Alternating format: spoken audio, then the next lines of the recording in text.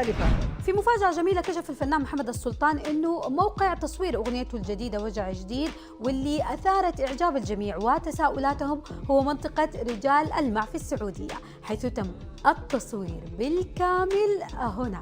قصة حب بال 2019 وانتهت، واجا صديقي احمد الغزولي، احمد نزار، اسمه احمد نزار الغزولي، بعت لي الكلام على نمط لحن تركي.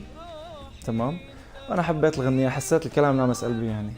بصراحة الموقع كان جدا بطل، كان في طاحونة كثير حلوة، يعني الإطلالة كانت أول ما دخلت ما توقعت يكون المكان هيك.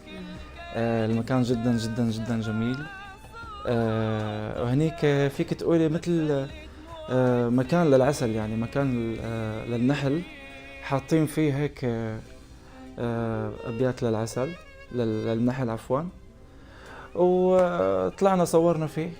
كان المكان ساحر صراحة، ساحر. يعني أنا وقتها بصراحة سميت أو تذكرت العنوان اللي بيقولوا فيه السعودية الخضراء.